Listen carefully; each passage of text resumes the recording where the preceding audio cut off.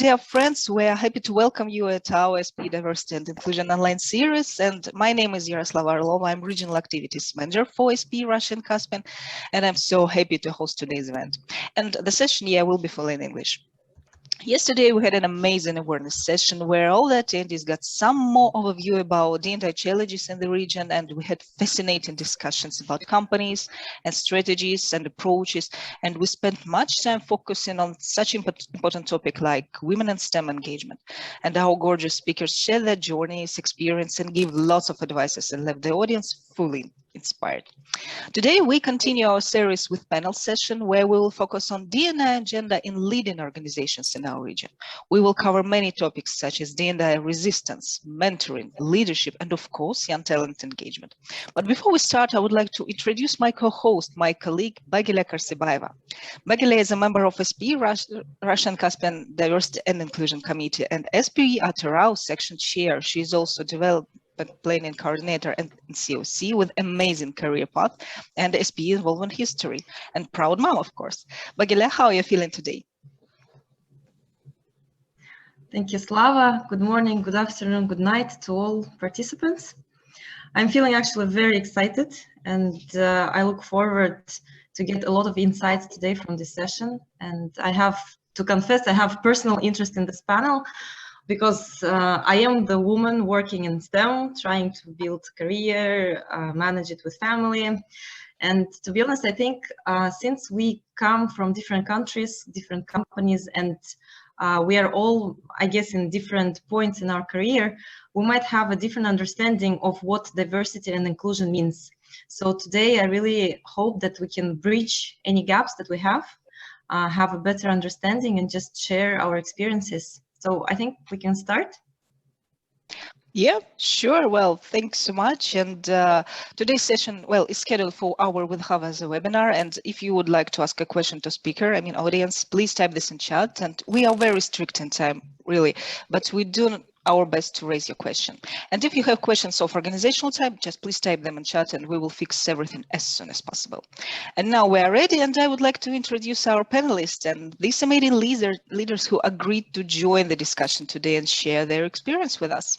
And I would like to welcome at our online stage, Natalia Zhidkova, Technical Lead, Shell Conventional Oil and Gas of Shell Exploration and Production Services. Natalia has worked for Shell for 15 years in a variety of roles and locations, and she's also a part of dual career couple, which is very interesting, and is very passionate about D&I strategy and talent development. Natalia, good day. How do you do today? Good morning, Yaroslava. Good morning, good afternoon, good evening. The different locations that we are connected together.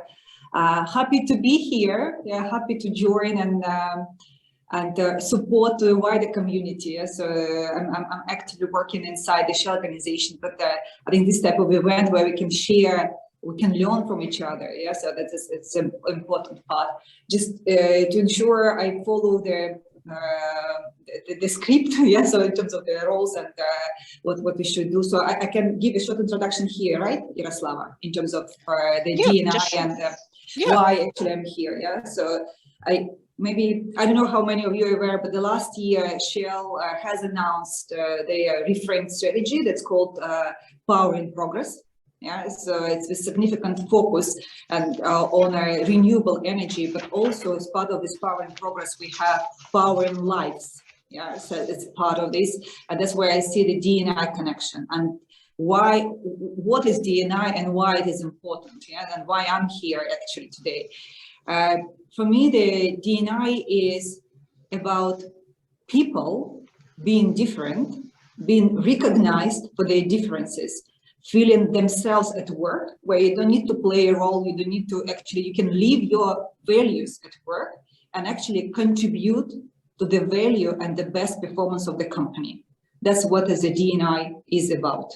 Yeah, and when we're talking about D&I, quite often we're talking about gender, but we're also talking about different nationalities and ethnicities. We're also talking about the ability and disability. Yeah, given there's the same opportunity for the people, we're talking about, I would say, the different sexual orientations. And what I would like also to add here, this year in Shell for the D&I, we have added D, E, and I. Yeah, and the E stays for the equity. Yeah, so we are all coming from the different background. Yeah, and you can say for some people, their access to the education, to the medicine, yeah, if you look at the worldwide, is different. It depends on the regions. And one of the pillars of the D&I strategy is actually to equalize, yeah, it's independent from which background we are coming from, to equalize and give the equal opportunities to people. I would say the main difficulty that we face when we talk about D&I is in the behaviors. It's all about the mindset and behaviors.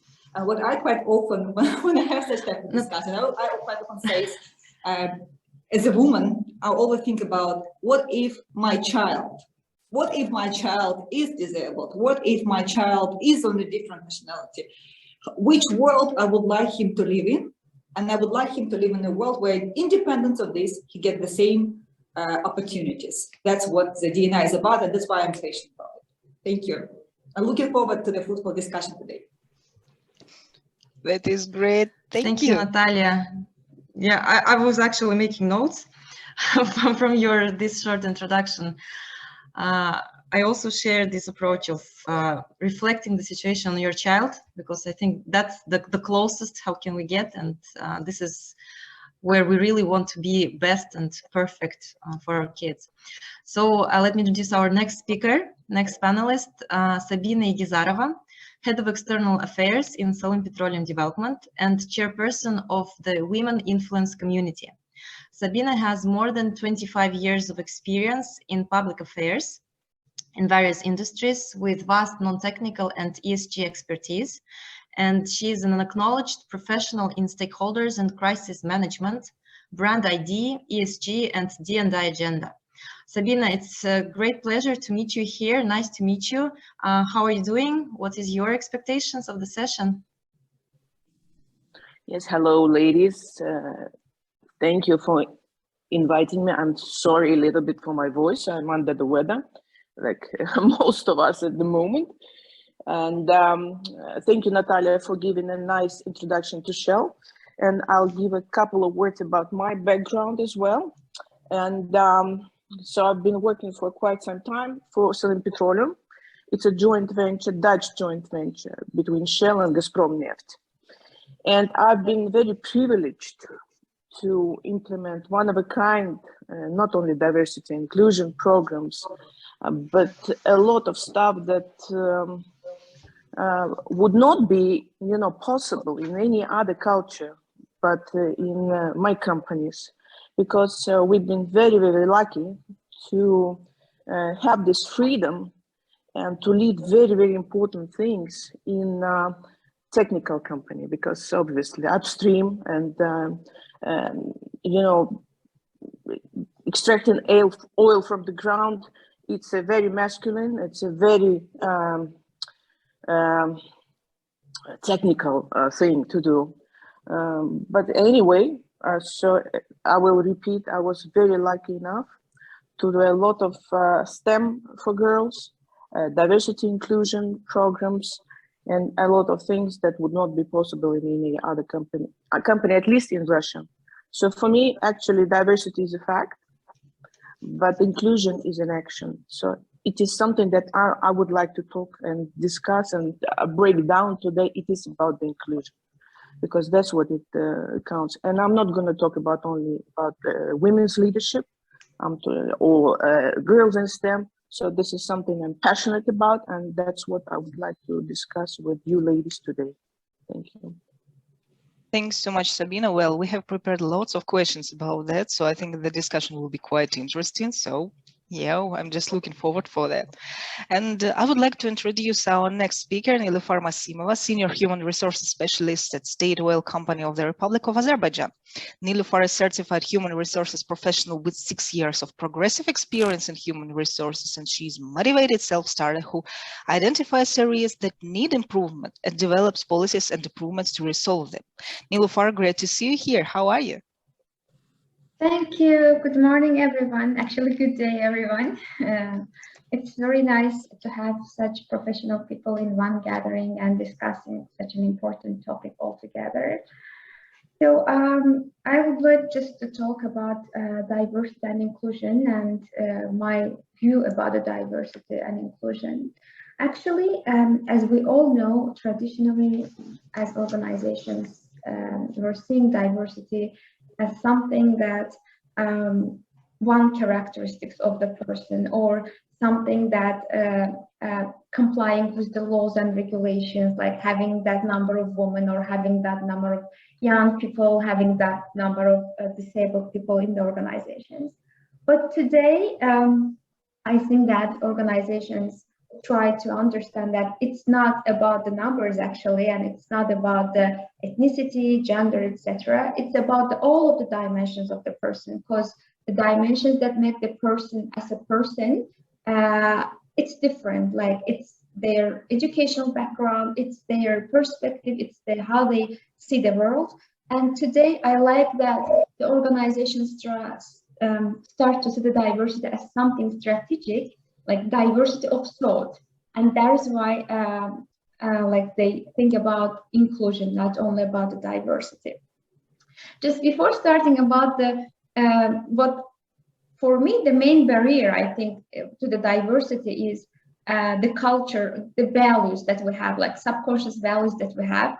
And I want just a minute from all of you, just close your eyes and imagine an engineer, like,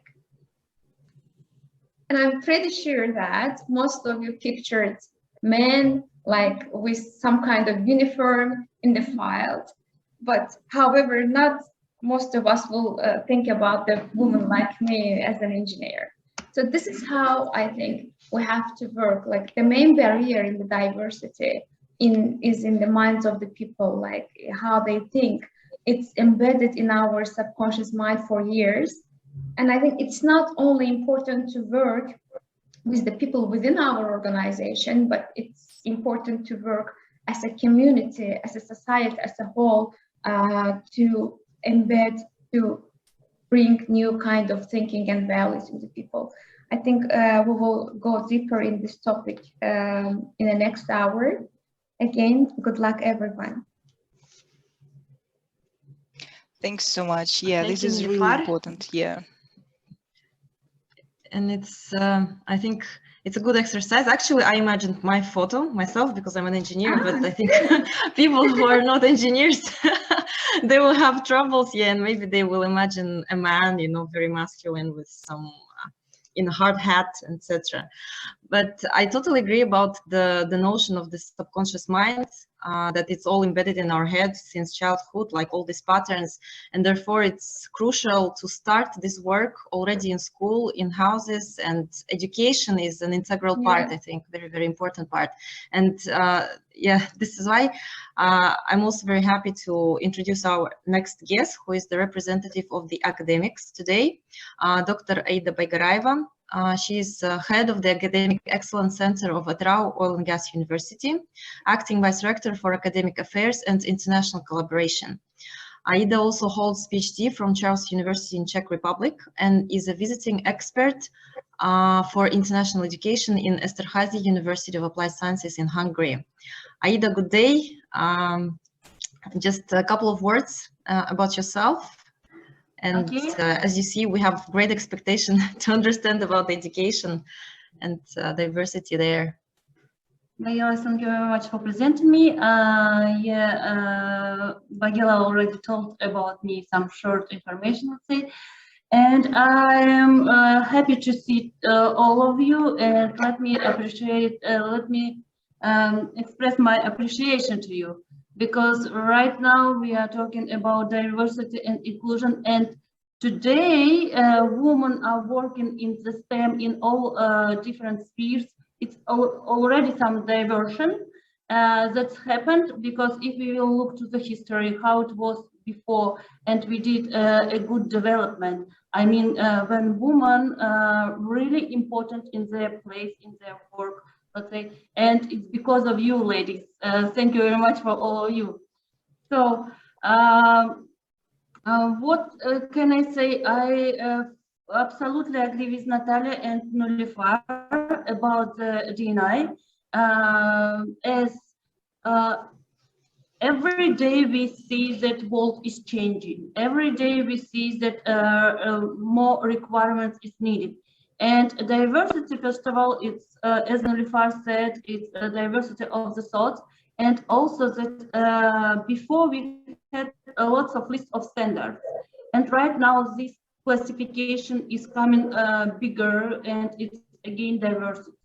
And if we had some requirements to the woman before, like some few tasks that women can do, right now it's impossible because the change of the world. So I wish to all of us fruitful discussion. I hope we will be successful in our, let's say, work today. Thanks so much. Yeah, and we have many questions for academia, to be honest. Yeah, and I would like to introduce our next guest. This is Aida Baigaraeva, HR Director, Russian Caspian and Baker Hughes, and Olga has more than 15 years of experience in various HR areas in Russia, Europe, Central and North Asia. She's currently managing the HR transformation project at Baker Hughes, which is very interesting, and we definitely need to talk about that. Olga, good day. How do you feel today with us? Hi, Yaroslava. Hi, everyone. Thanks for having me today, and it's great to be a part of such a diverse panel from all angles, frankly speaking. So I'm very pleased actually to be here for the second day and to hear that we speak the same language when we talk about the diversity. And for us in Baker Hughes, it also became an equity, as Natalia mentioned, for Shell. So we do value all the differences in gender, in race, in culture, and experience background, and the diversity of thoughts as well. But I would mention the kind of cornerstone of the D&I agenda for us, which is the sense of belonging and our commitment as a company to ensure that all our employees feel that they belong here. And this is a very important, a critical point that we are emphasizing in all our initiatives and the strategy that we are putting forward to drive D&I with Baker Hughes. And I'm happy to share, the insights how we're doing this moving forward. Thank you. Thanks so much. Thank you, Olga. Thank you. Yes, we're looking forward to hear about that as well. We know Baker Hughes is a very important contractor to operators, but also a very high qualified service provider. So that would be very interesting to understand what is done from HR point of view. I would like to welcome our another panelist, Mariangela Capello. It's what, 1 a.m. now in your place. So yeah, you're on mute. Let me just say a couple of words about yourself. Mariangela is the managing director at Red Tree Consulting. She's an awarded leader and author in the oil and gas industry. She's an expert in reservoir management, women empowerment, and leadership strategies.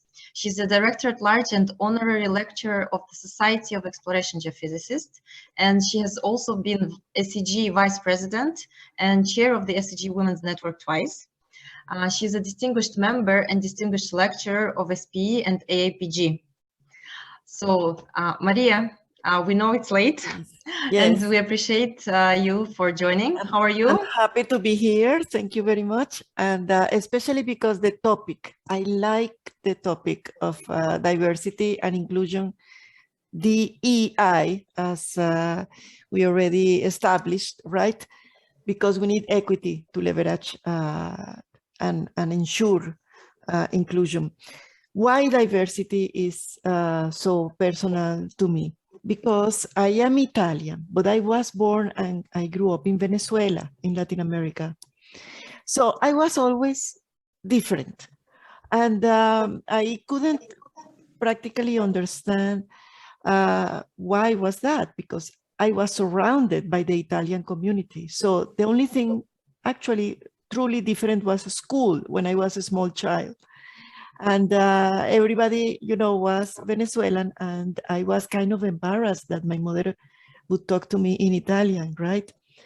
So life evolves, and I studied physics at the university, and I was the only woman, and I had this role model, Marie Curie, and she was at the same time doing physics, and she met and had conversations with Albert Einstein.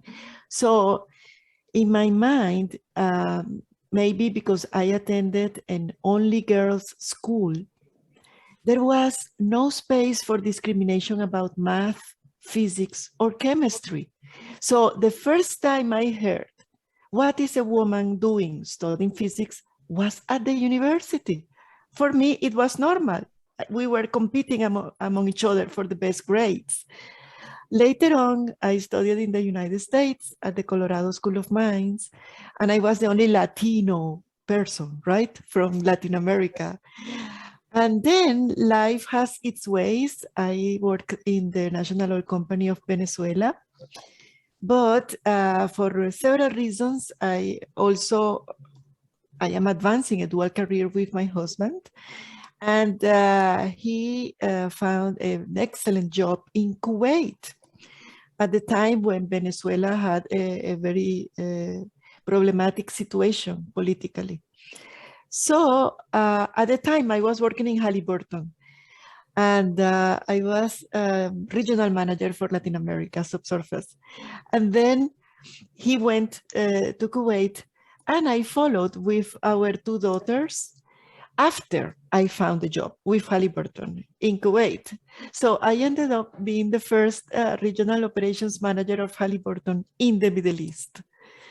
And then in the Middle East, I launched this diversity program for Kuwait Oil Company as per the request of a very nice leader lady that had reached the level of deputy CEO of the company.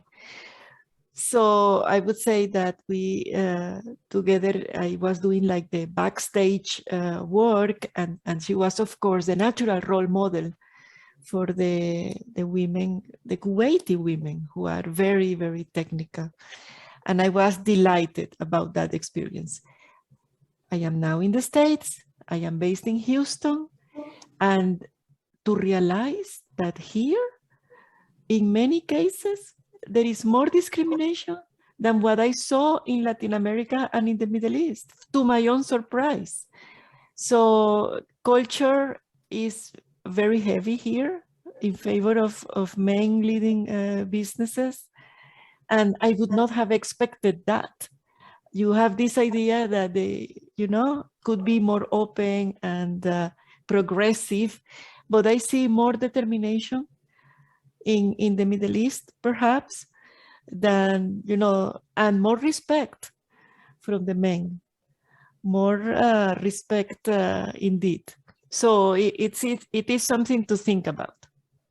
Thank you. That is very interesting, yeah, and surprising, really surprising, because everyone used to think that it should not be like that. Like, we have really many discrimination, like Middle East and whatever, but in the United States, everything should be fine. But now this is different. Yes. Okay, so thank you all so much, and we are ready to start our conversation. And we're all here today to make our strategies, D&I strategies, or as we say, DEI strategies, more transparent for wider audience. And my first question here is to Natalia. So let's talk numbers. According to Shell Sustainability Report of 2012, the company had almost 90,000 employees worldwide. This is amazing. This is really huge. And what's important, 32% of them were female.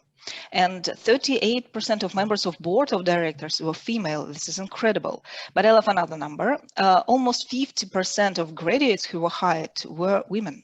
This is really good. But what is the situation right now, and how the strategy continues? Do we expect more women? Yes, thank you. It's a good question.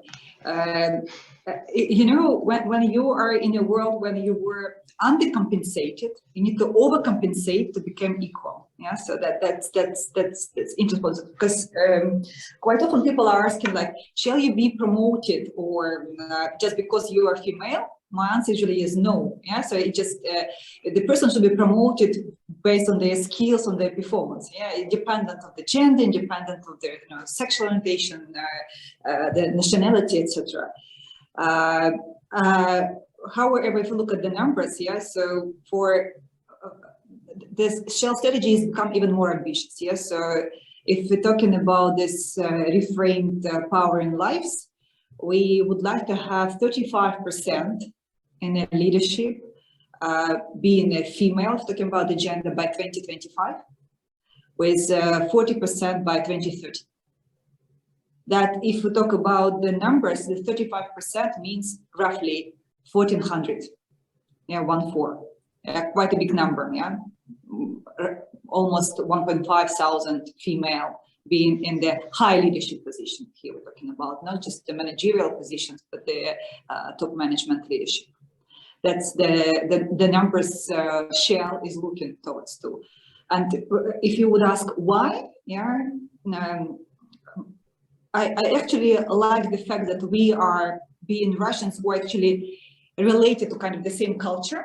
Yeah, because actually what our history gave us, yeah, so if I look back, the Soviet Union was one of the first countries who actually give the rights to the women. Yeah, so you can work, you can vote. However, historically, to become a leader, being a female, you have to compete in the male arena. Yeah, so you have to develop male characteristics in order to fight. From my point of view, I think what the Shell is doing, and what I like about it, it's not about the competition in the male arena. So it's become a leader with the female characteristics, because we are different, and that's where the value is. Yeah, so the sum of the time, we have different nature. You just cannot move away from it, yeah, male and female, but we are good in our nature. And that's why you need the female leaders to complement male leaders, not to compete. I think that's why the numbers are looking even more aggressively now. And also, I would like to link it to the changing world around us. Yeah, so the world around us become more agile, more flexible. And if you look at the nature of the female, we are more flexible, we are more agile. Yeah, and that's maybe where you will benefit from the female talents being in the leadership positions. Thank you. Natalia, thank you. I totally agree with you, and I really like this note about we don't have to compete, but we have to complement each other, right? Then that's a full-rounded vision of the leadership. So that's great, and I really hope that Shell manages to fulfill the targets, and we are many more female leaders in any company. And I have a question for Olga now. So Baker Hughes is a company that also operates in Russia, Kazakhstan, and Azerbaijan, for example, like Shell. And so it would be interesting to understand what is going on there. And in particular, I would like to ask about the corporate supplier diversity program that was implemented in Baker Hughes. So we understand it's a very huge step forward. So we're talking not about the diversity of the employers, but also about the suppliers. So that's I think key in the full chain of the production. Do you see any results today? Do you see any improvements? Can you share any success stories for this program in particular in Baker Hughes? Thank you so much, Vanilla, and it's great to know that you actually went through our D&I strategy pillars, so I'm pleased to learn about it. So let me maybe start from the outline of Baker Hughes in the region and a couple of strategic pillars that we are putting in place for a D&I agenda in our company. So since we started talk numbers, I would like to highlight that we are not at the same percentage as Shell yet. So across the globe, Baker Hughes hit the target of 23% of female diversity. Though, as I mentioned, the diversity is not only about the gender in this company. And speaking about our region in particular, so our regional CEO is a woman, and the local leadership team consists of females of 40%. So 40% of the local leadership team are females. So this is number one. But, getting back, to the way how we perceive diversity and what we are, putting forward. So 4 key pillars. The first one is diverse workforce, and I will tell a bit more about it. Second one is the inclusive environment. Third one is the supplier diversity, as you mentioned. And the last one is the customer and communities where we serve, right? So speaking about the diverse workforce, to me, I would say the way that we are taking now is pretty unique, and I love it, frankly speaking. Because when I was listening, to you and to Natalia, you were saying that it should, if I read it correctly, so you were trying to make it a bit more personal for everyone, right? Like think about your child. So for us, we are putting forward pretty similar approach, but we also, admit and respect the fact that some of our employees may be, child-free, and this is what we value as well. But what we're doing is, for example, at this point of time in North America, we are launching the Self-ID project, which is focusing on the uniqueness of each and every employee we have in Baker Hughes. And it means that we are putting in place the systems that are actually helping employees to self-identify how unique they are for themselves and for us as the organization. So we give them opportunity to tell us about their ethnicity, about their race, about their culture, about their sexual orientation. It's voluntary, it's not mandatory, but this is a small step to start thinking bigger, because our brain are hardwired, right? And we always tend to rely and trust people who are similar to us. And in this case, we are just providing a safe space for our employees to tell them that we respect all of you guys. We want to learn more about you. We're listening to you. So this is basically what we're doing in terms of diverse workforce and inclusive culture creation. So speaking about the supplier diversity, yes, this is definitely one of the key pillars of our diversity, equity, and inclusion agenda. And in this area, we are definitely putting in place the fair supplier selection practices, meaning that we always moving, to a new space, moving to a new country, opening a new business line, a product line. We're always considering the local suppliers, the suppliers can can deliver the best quality, the suppliers that that represent the knowledge and the expertise in the area I feel that we need. So I would say that we made great progress over the past year, and our sourcing team is reporting great numbers when we really reshuffled the supplier portfolio of around 30% of the existing portfolio that we had, and adding more and more partners to Baker Hughes to make sure that we are putting in place the fair approach in every country and geography where we operate. I hope I answered your question. Yeah, Olga, thanks so much. Well, I can say that you're not implementing only strategy within your company, but for other companies, suppliers as well. It's really huge, if we can say so. And yes, it's really good point of strategy in leading companies. And I hope that just all the companies just have this. And now I have a question to Nilüfer. And according to 2020 SACAR sustainability report, again, I was just referring to many reports today, the success of sustainability of the company rely on important elements such as talent management and commitment to the principle of equality and diversity at the workplace. But could you please specify some more key points of the strategy, because it was really tricky to find actually. Thank you very much for talking about key points in our sustainability report. Actually, nowadays at Sokar, we have two main areas, two key areas which are interesting for us. Women empowerment and empowerment of young, attraction and empowerment of young people to our to Sokar. And if we look to our numbers, we have only, compared to other companies, it's not that big. We have only 16% women in our workplace, like from 50,000 people, only 16% of them are women. And that is why our main goal is to somehow, like, the main strategy is about empowering women for more higher positions. Today, if we look at our board, we have 2 women in our board, like in the head office. However, we have different strategies, and basically we started to work as human resources team. We started to work with high schools, with society, in order to make people aware of the engineering positions, engineering career. And we also have some kind of different types of scholarships at the universities for engineering careers, for engineering faculties, from where we encourage students to apply to the engineering career.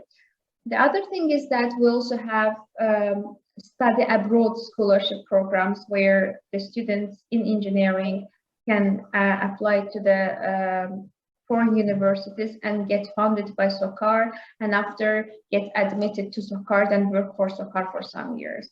And we also have internship programs. I can say that we gain lots of new blood to our companies through the internship programs, through the universities. We work too much with women, like different mentoring programs for women, career development programs for women, in order to make them empowered. Actually, as Natalia and Olga said, we don't look at the diversity as just having the numbers. We look at the diversity like in terms of inclusion. We make sure that, be it women or be it young people, we make them sure that they are welcomed in this organization for what they are. As women, we need their thinking as women. We don't need them just to attract them and then like behave as assertive as men or like that. Not. We want their perspective as women. We want their perspective as young people. So this is the key terms that we consider in our diversity and inclusion strategy. Thanks so much. Well, this is really inspiring, and I hope that the journey for just like empowering women for high positions and empowering more women actually for the company and scholarships, this is really great. Yeah, and I can say that I'm just a fan. Okay, thank you so much. And here comes another question, and now to Sabina. Salim Petroleum Development has tremendous number of projects focused on diversity and inclusion and women in STEM engagement, and we will focus on them during the discussion. But now I have a question about the city company actually operates in. I am talking about Salim City, which is located in Siberia, and it was really small, but now population is growing as well as quality of life here. And SPD supports small business there, especially run by women. And how actually did your company expand your strategy from employees to the entire city? Because it's incredible. Oh, you're on mute, sorry. Sorry, yeah, it's enough. Thank you for the question. Actually, I'm all about stories, and I'll start with something that before we even dig first hole in our concessions. So we had a nearby village sitting without, literally without a kindergarten. So there's been a lot of kids, and the women in the village, they couldn't go for work. And simply because they couldn't leave their children with a nanny, or there's no something that didn't exist at those times, nannies. So first thing that we did actually, so we constructed a kindergarten, a huge kindergarten. So it was for 200 kids. It's a big for this village, and the women in the village, they were able to continue studying. continue working. And there's another thing that we did. We started a nice, small, but very effective small and medium business development program with 0 loans for the ladies, not only for the ladies, but mainly for the ladies. So they could apply for that, start their own businesses. Basically, they didn't have not only kindergarten, they didn't have, for example, a flower shop. So for the 1st of September, they had to go 200 kilometers to get some bouquets for the teachers. So there's been a lot of successful things that we did, small, again, I will repeat, but effective. And actually, I have a movie. It's not a corporate movie. It's a story movie about the development of this first village, then the region, then working with our stakeholders, with our shareholders, with Shell. So a lot of stories starting from the village going big. And I would be more than happy to share with you guys this thing, because it's exactly what I'm talking about. It's about being inclusive. It's about actions. It's about what those actions result to. And I will be more than happy to share it with you after our event. And please do share our contacts. Let's share our contacts because I'm planning to have a STEM for Girls forum in October. If COVID permits, obviously I want to make it offline again, and that's something we will discuss also later on. But we are doing something not only internally as far as the D&I is concerned, but also a lot of external things. We're doing those round tables with the governor of Khanty-Mansiish, which is the only governor lady in Russia. We do a lot of things on the federal level. With the Women's Forum. It's the federal venue, the federal event that took place once every 3 years. So there's many things that we do not only internally but externally. So we are handling this thing from all perspectives, from all the angles. Thank you. Thanks so much. Yeah, I think we can share all the contact details here of the panelists further after this session between us, I guess. Yeah, would be happy to participate as well. So I'll save the date for October STEM. Yeah, thank you, Sabina. I think it's crucial to invest into people and regions, but not only in terms of resources, maybe, right? Not only the material resources that are required for the development, but also the mindsets of people. And I guess that the most fruitful implementation of the strategies are around schools, when people are still young and maybe more open-minded than we are and have a less bad experience, let's say. So my question would be to Aida, who is, as I said, the representative of the academia today. There are a lot of young and smart women, ladies in the Atyrau University of Oil and Gas. So I would like to ask you if there is any strategy in the university that is actually supporting and encouraging these young ladies to continue their careers. So one thing is to get to the university and study STEM, but the other thing is to continue in this area and actually build a career there. So is there anything that university does in order to support the students to apply for the STEM jobs? Yes, we do have such program as, hello, do you hear me? Yes, Aida, we can hear you. Okay, we try not to show exactly, demonstrate that there's difference between female and male students. However, just to support them, to help them to find a job and to be rise on their career, we do have this dual program, dual education program, which we do with all industrial sectors, like with all the factories we have here presented in Atyrau, and not only in Atyrau. And with the dual program, they go to the practice to these companies, and they work in these companies, being a student at our university. And after that, if they will be selected, because they have to go through some competition, they will stay at work. And usually, yeah, we try to do for the ladies some quotas, let's say. It's not that we try to somehow point it out or specify that the special program work for all students. But in this case, we try to support because some percent of quota is supposed to be done for them too. So, and also if talking about not only supporting of the student, but promoting the ideas of women in the STEM sphere, we right now working on the program which called Women Leadership. And we have opened this educational program in our business school, where will be studied only ladies. And from the 1st of March, we start this, let's say, competition. At the current moment, we have gather all application form from them, and we will see who will be successful to take our grant. Another can take, let's say, not grant, but to pay for the education. That's things we do. Maybe that's all. If you have some more questions.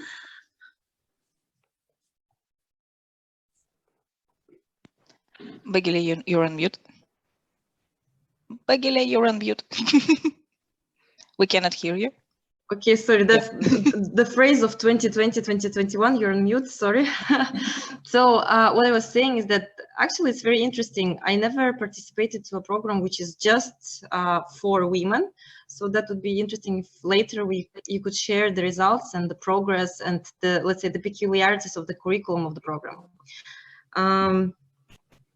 It's also, I noted one phrase that you said about the fact that there's no distinction between girls and boys in the university. So they all have same opportunities to apply for internships and the dual career, dual education, etc. I think that's also critical in the agenda of diversity and inclusion, not to distinguish between anyone. Because we can see the opposite side of this, you know, running for equity and running for the statistics, when sometimes girls are selected just for being girls. And there is this strong misperception and maybe resistance from male part of our society to that. So I really think that this inverse discrimination is also shouldn't take the place. But let's continue our discussion. And in fact, what I was thinking is that career itself starts before the graduation. So from my experience, I started working during the university. And today we really live in a world where we have a lot of opportunities. But my question is for Maria Angela. We know that you started your career at very, very different conditions as you described. And the world was much different 20 years ago than today. So it would be really interesting to understand how it improved. I mean, there's always a way for improvement. Where do you think we still have the gaps? What is better today working? Maybe something was better working 20 years ago. So can you please share these insights? Well, that is a very complex question because it encompasses different facets and reflections that I have accumulated looking at different cultures and countries in relation to diversity. But I would tell you something. If you had the courage and the freedom of mind 20, 30 years ago, you could have made it to the top as a woman. So pioneers were there, okay? They didn't have it easy, but it was feasible. Perhaps today the competition is more fair, right? And there are no concessions for women. But the gaps that are still there is the following. If you think about what we have been discussing, what has been the evolution of the programs for diversity and the ways that we handle diversity is that recently there is more and more awareness that there is nothing wrong with us women. There is absolutely nothing wrong. I mean, the problem is not with us. The problem is the, to have a very strong, let's call it pipeline, okay?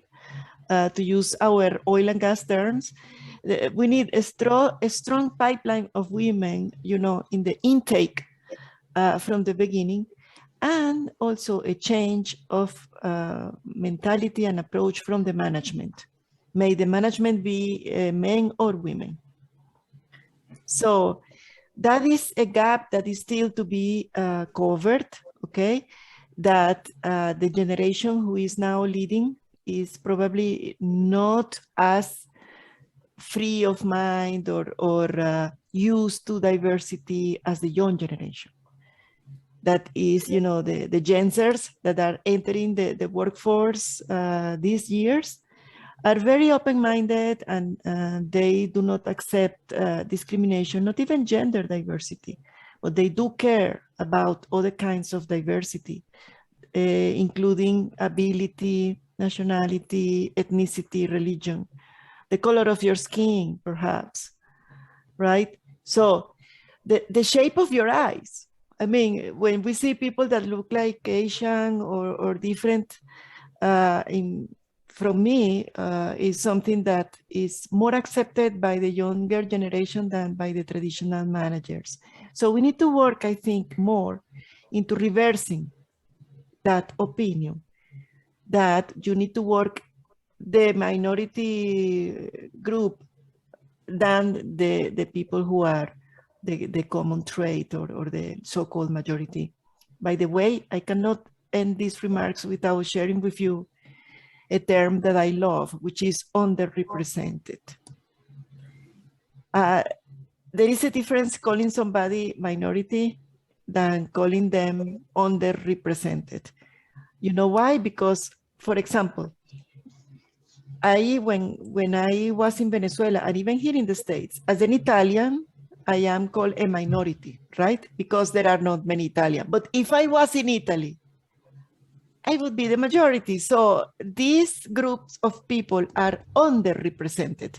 But when we directly call them minority, you are a minority, it could be even shaping their way of thinking, creating a shell that does not opens and it perhaps becomes unflexible to accept, that there is a different reality.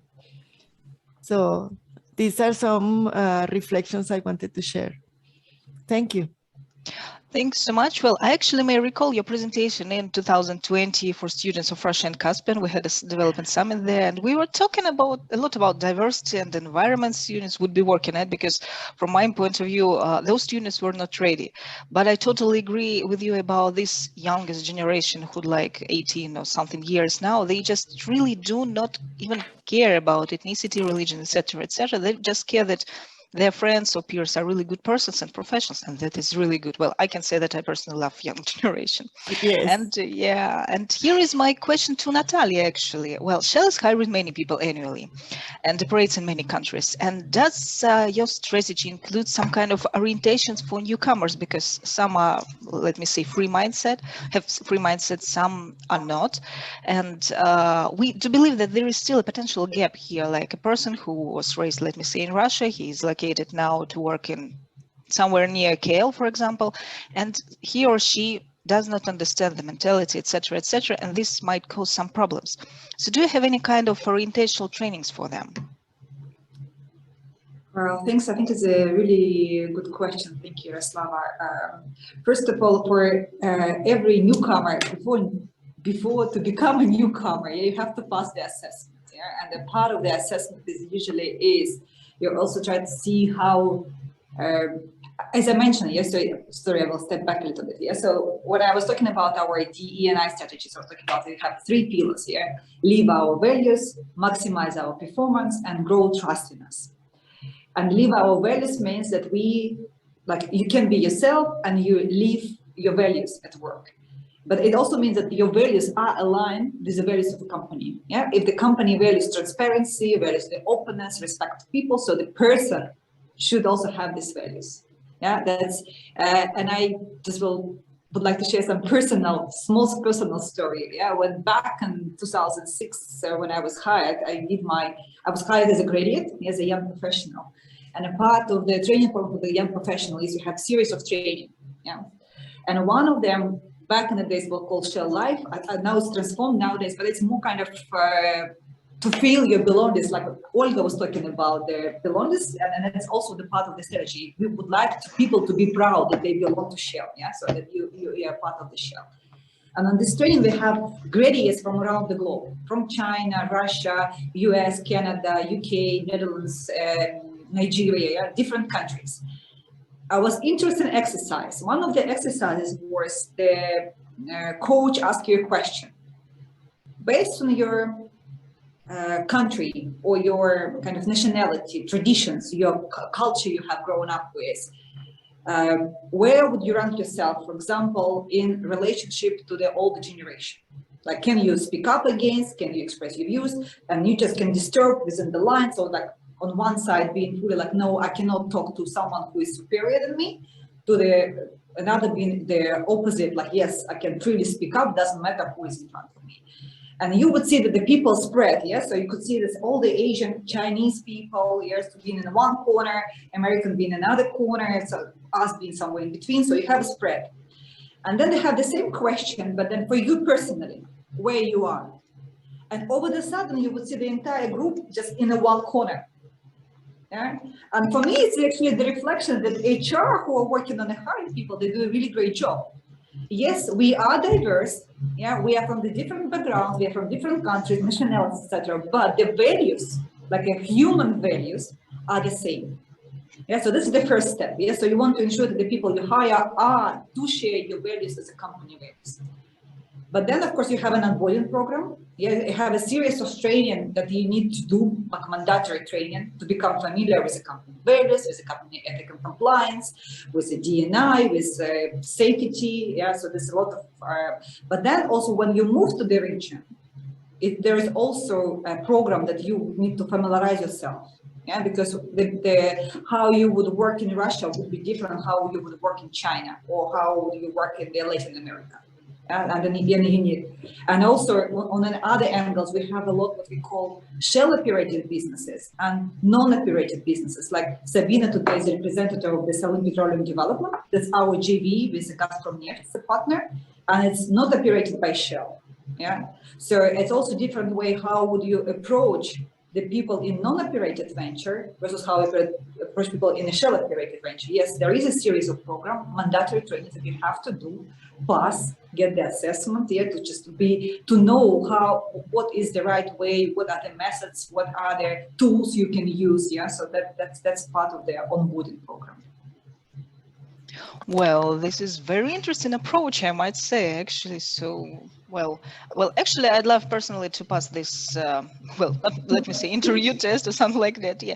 And now I'm really curious to hear some kind of approach from HR. So, Olga, based on your experience, is there any kind of a challenging process with those, let me say, recent graduates who are not really open-minded? So, how do you set DEI advocacy internally with them, and are there any meta specifics, something like that?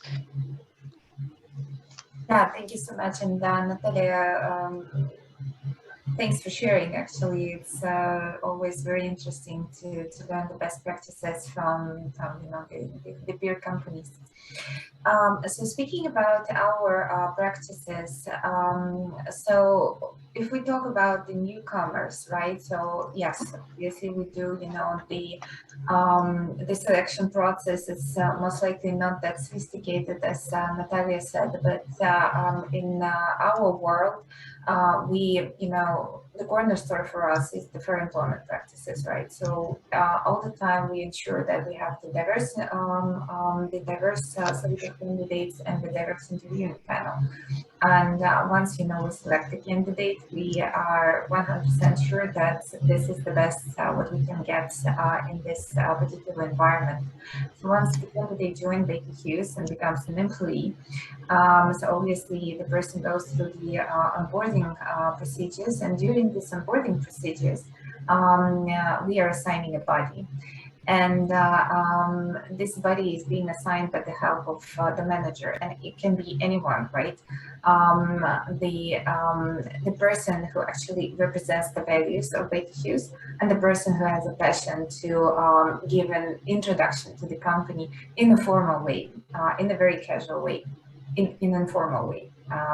So this is going to be like the first step for the first like 30 days in the role, to ensure that, you know, all the different mindsets are being embraced by the company. We are very much focused on the promotion of our employee resource groups, which are global, and the establishment of these resource groups was based on the inclusion surveys that we conducted throughout a number of years, actually checking the pulse of the organization. What are people saying to us from, you know, different geographies, from different backgrounds, from different locations, genders, whatever. So we have a good, you know, representation of how Baker Hughes looks like globally in terms of, you know, the sense of belonging, and in terms of the feeling that their voice is being heard by the organization.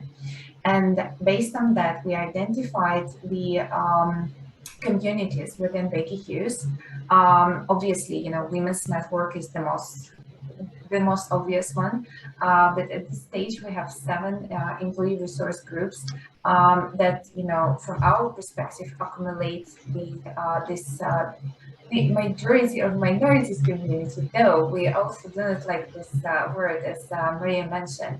But anyways, this employee resource groups, they provide the ground of for the newcomers to actually connect with the mentors, because there they can find the role models with whom they identify themselves. Because again, we realize that it's more secure for a person who looks like Asian, or for a person who is Black, right, to see someone like him or her being successful within the company, and having this secure space where employees can connect with with one another. And with the virtual environment, it becomes even more easy, because everyone, you know, sitting elsewhere in the world, are talking to each other like on daily basis, no matter where you are, right?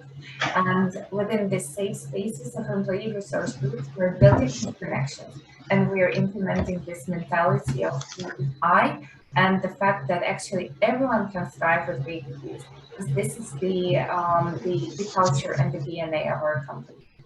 So I do hope I answer your question. Thank you, Olga. I think that we've had a lot of good insights and understanding that industry, companies, universities are trying to create all of the possible opportunities for people.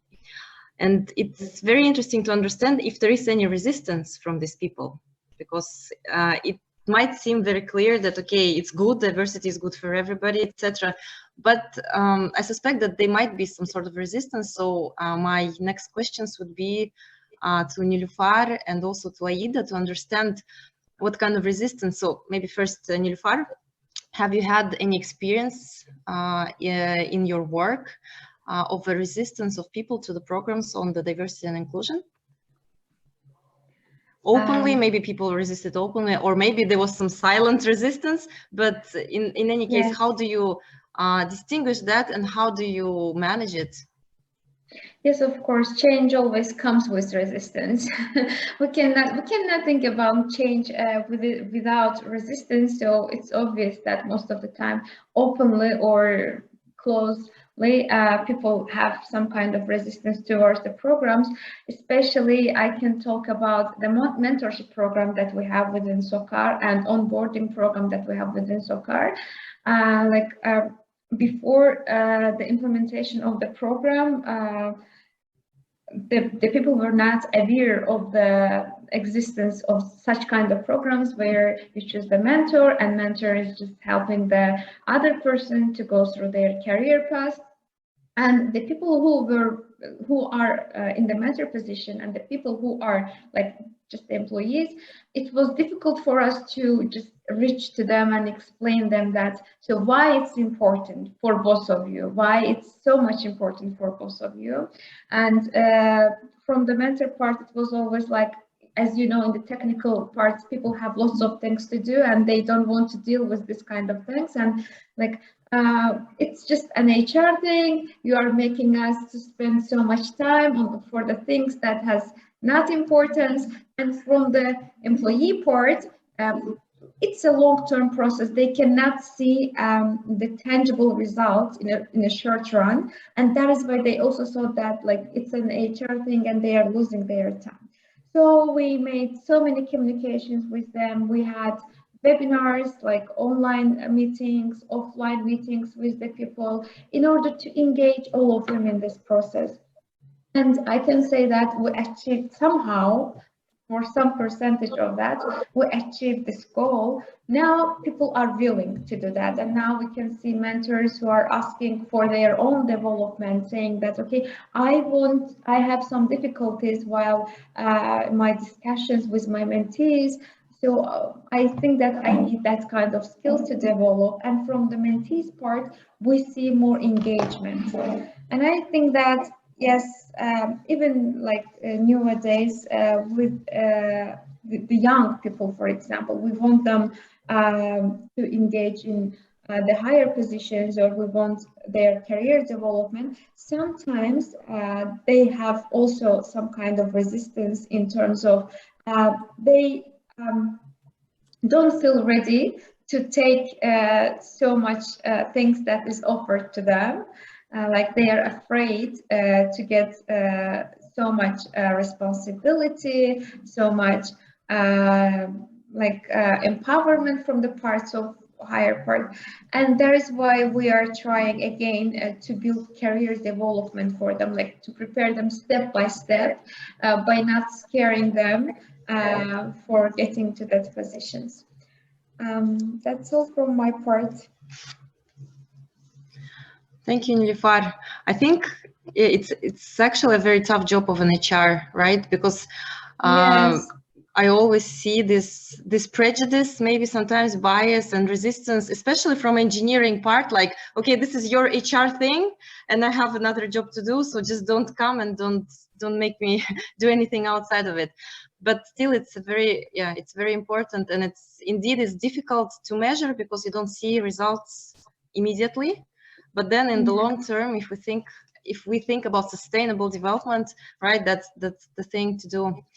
I have another question, a similar question to our Atyrau University. I see now that actually we've been joined by Gultidata Nirbrigenovna. Is it you? Because we don't see the video.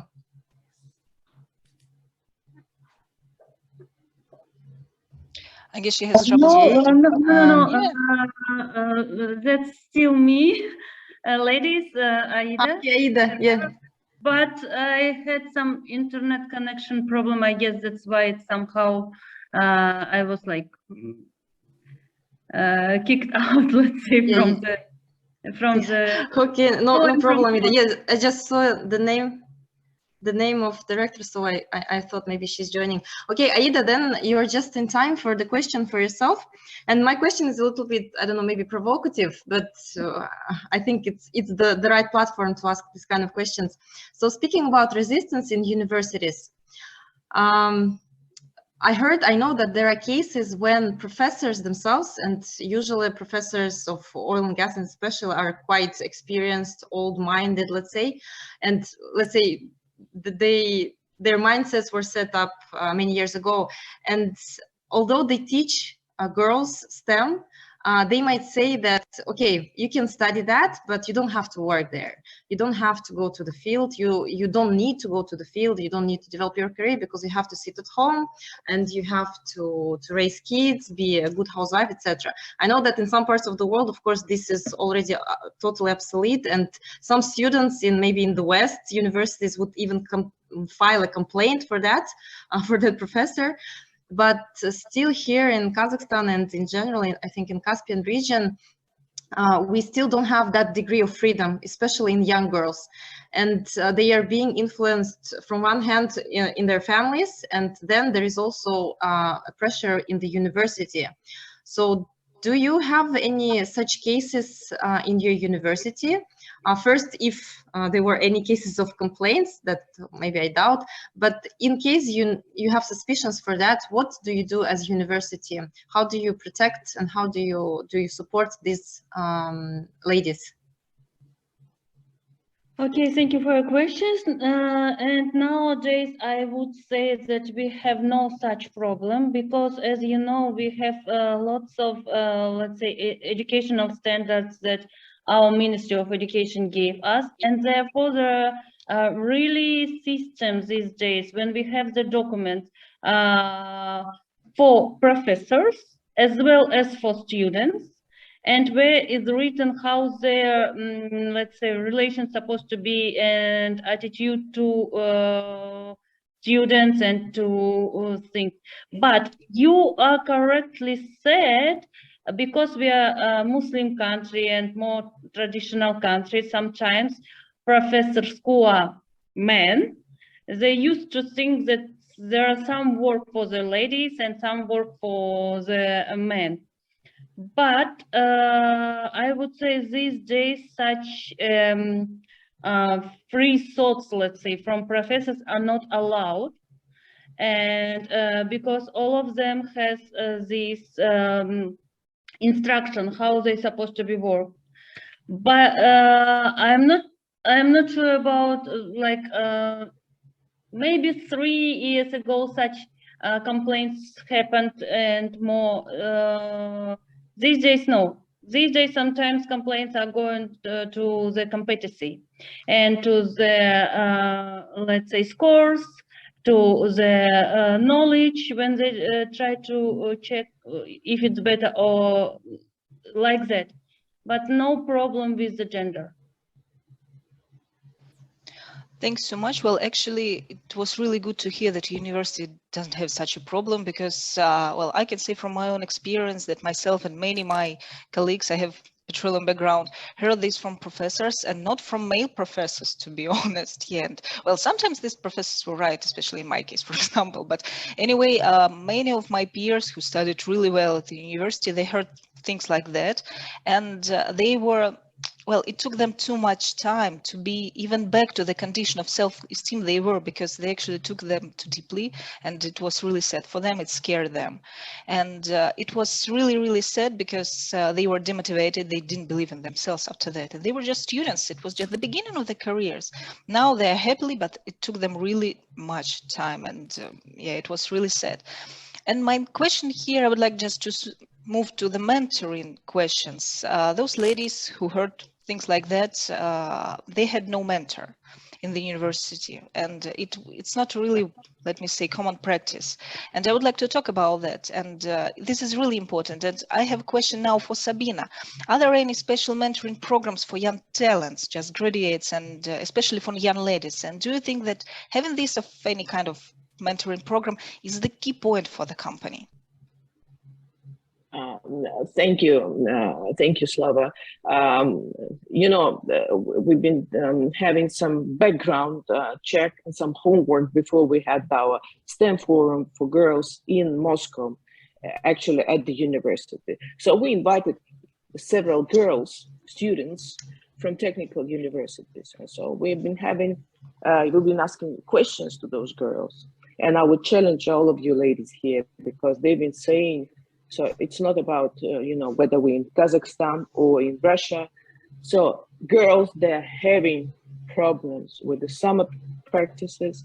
They have those attitudes and prejudices from their teachers, saying that we are not considered as a serious, you know, future leaders or future professionals. So they've been complaining, actually, they've been complaining a lot about that. And they've been saying that that would be really, really nice if we had some mentors. And I wish I had a mentor at the beginning of my career. Probably my career would be totally different. That's something, actually, it's another thing that I wanted to note, that this is a two-way street. It's not only that a person, not only a girl or a boy, they need a mentor, but it's also a mentor that needs to be need to have this urge and desire and understanding why this person needs to do that. It's not only mentoring, but also the sponsorship. So it's really important for you to have a sponsor at the beginning of your career, because if you have a potential, whether you're a girl or boy, it doesn't matter.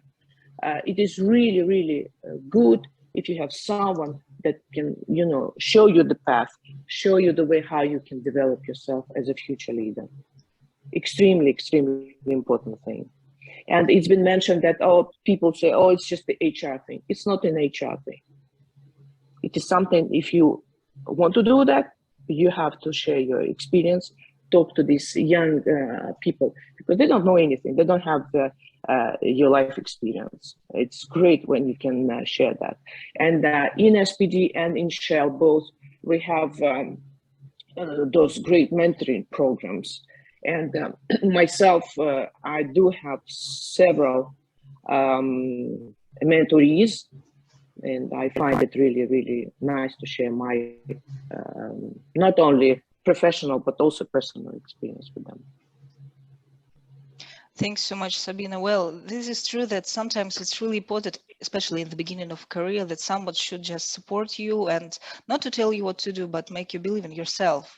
So it's really important because especially young ladies, we have no self-esteem in petroleum and technical stuff sometimes, because, you know, we all have this mindset that you're a lady, you need to find a good job, and then job is not important, but it's better for you to be married, etc., etc. So we just need this support. Unfortunately, it is still there. And there's another thing that I want to say. It's a role modeling. When we had the STEM forum, they could see all those nice, successful women leaders sitting not only on the stage, but also having conversation with them during the breaks. So it was not just talking heads on your online. So you've been mentioning that. So we've been sitting all that already for the third year. We're sitting in the Zoom mode. But those young girls, they could see that, you know, you can, all the obstacles, they're sitting in your head. All the things they're sitting, all the things that limit you, they're actually in your head. If you want to be a driller, you can be a driller. If you want to be a scientist, yes, it is difficult, but you can do that. So everything, it is in your head. And it is also very important for these technical professionals, young professionals, to realize that there's another essential thing they need to develop. It is soft skills development. So together with Shell, we developed not only internal programs, but also a program that's been break down yesterday on the session by my colleague Zala Mishina. She's been talking about the Skills of the Future program. It is something that we do with the universities, inside of our company, with STEM and girls forums. So inside and outside, again, from all angles, we're tackling this thing. And we make it very, very clear that you need to develop your soft skills, your presentation skills, your emotional intelligence, because with that, sky's the limit. Thank you, Sabina. Yeah, that's very inspiring. I think that your mentees are very lucky people. What I would like to add on top of that is I also believe in mentorship, and I've been lucky to have one in my career, and I really look forward for new experiences. But I think it's also crucial to understand that a mentorship is required, of course, not only for women, but for men. Yeah, as I mentioned, it doesn't matter. It doesn't matter.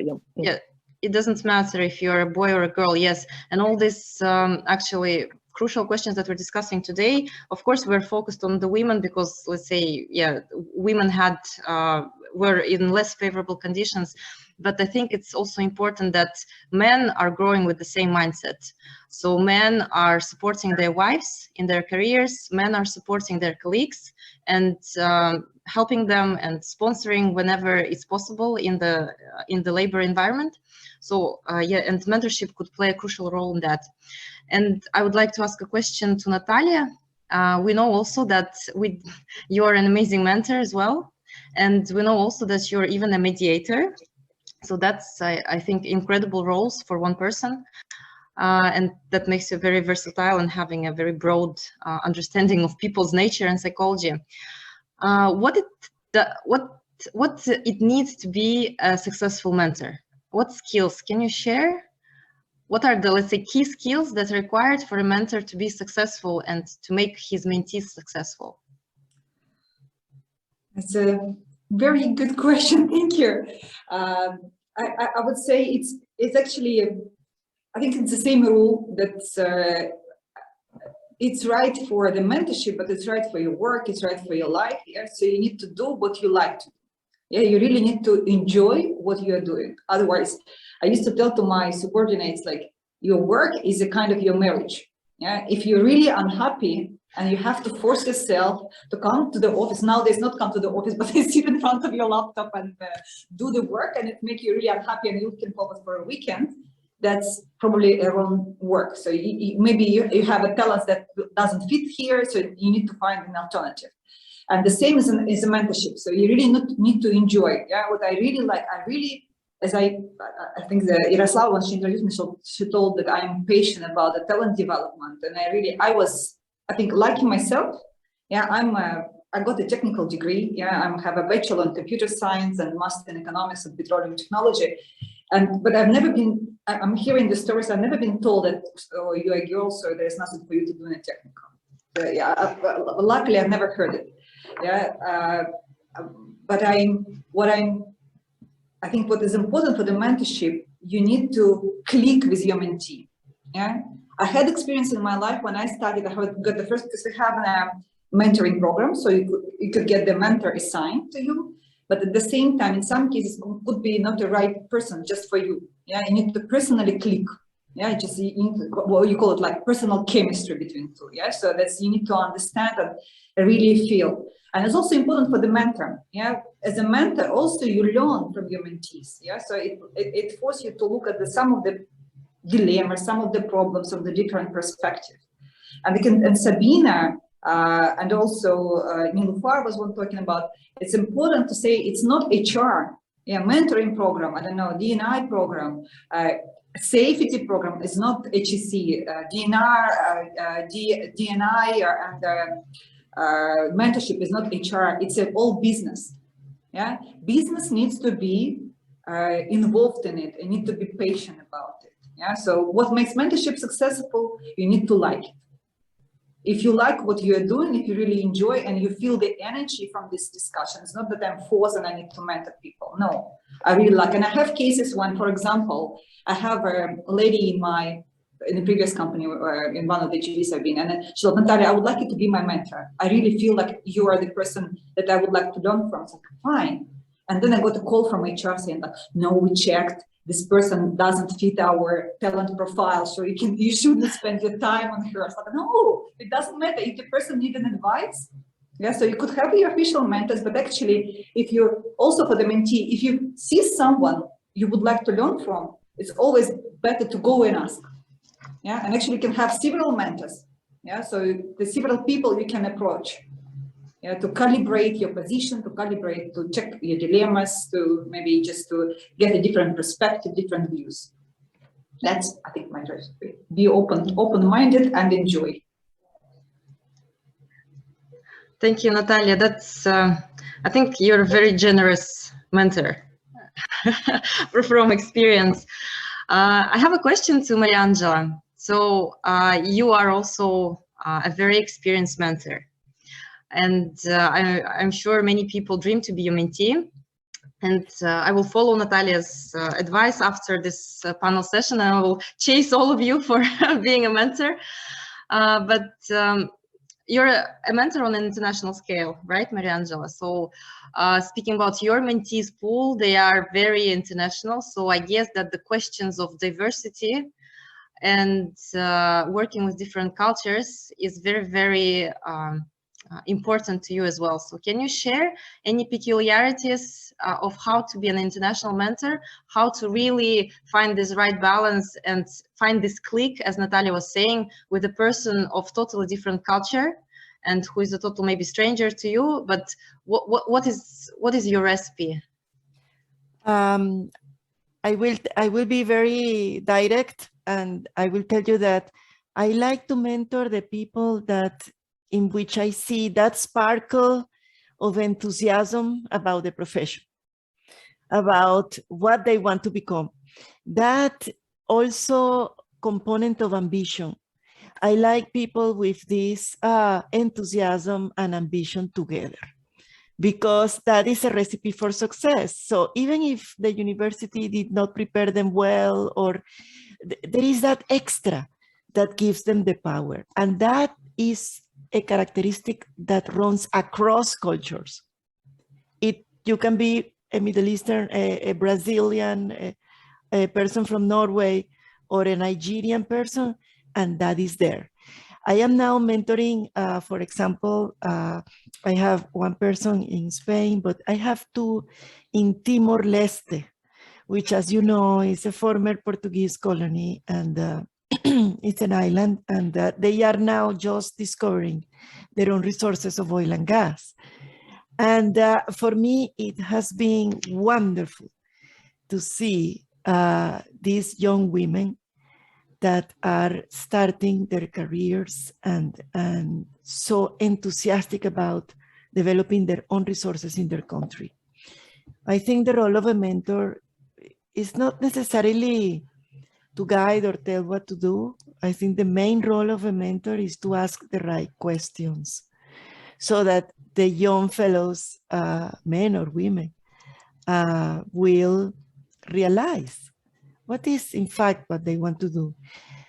The role of a mentor is also to provide options, because when you are young or inexperienced, you don't know all the options ahead of you. So that is something that is very useful. And another thing that I would like also to highlight is that there is a mentor, but there is also another role in the corporate life that is critical, which is the role of the sponsor. And the sponsor is that person that will speak good of you, even if you are not in the room. And you can ask people to be your mentor, Bagilia, and people will tell you yes or no, but you cannot ask somebody to be your sponsor. And that is the difficulty. So to really accelerate your career, you need several sponsors in your company. And the way to gain a sponsor, and this is a trick that I prefer to share, will be first to make sure that your work is noticeable, that your work is of good quality and reliable, is always there, that you perform, that you deliver, right? That you are reliable. And so communicating, as my peers were saying, I think it was especially, who was talking about the soft skills? What is Natalia? That the soft skills were important. I was talking it was about Sabina. It was Sabina. Yeah, yes, I was talking about sponsorship as well. Yeah, yes. It is something that it is crucial. Sometimes it is misunderstood and confused in Russia, because it can be confused with the nepotism. That's really important and tricky thing as well. I, of course, being an Italian, I am not suggesting that you build your own mafia and you know, you go through unethical ways. No. What I am saying is that there is a click that comes when you are successful in your small achievements at the beginning or big achievements you may have, that will gain the trust of the leaders. And if you have that sparkle of ambition, and if you have quality, if you want to progress, you need that kind of support, which are the sponsors. So I encourage you to communicate what is your success or your activity, right? Openly, to engage in professional societies like SPE, so that you start communicating, you start writing articles, okay? Don't be shy about asking an experienced person to be their co-author, okay? So that you learn the process and you get to be noticeable. I think that will gain, perhaps, you several sponsors, inshallah. I really would like maybe to add to what just Maria Angela was at the sponsorship. I think it's it's one of the key, well, the critical factor for your success. Yeah.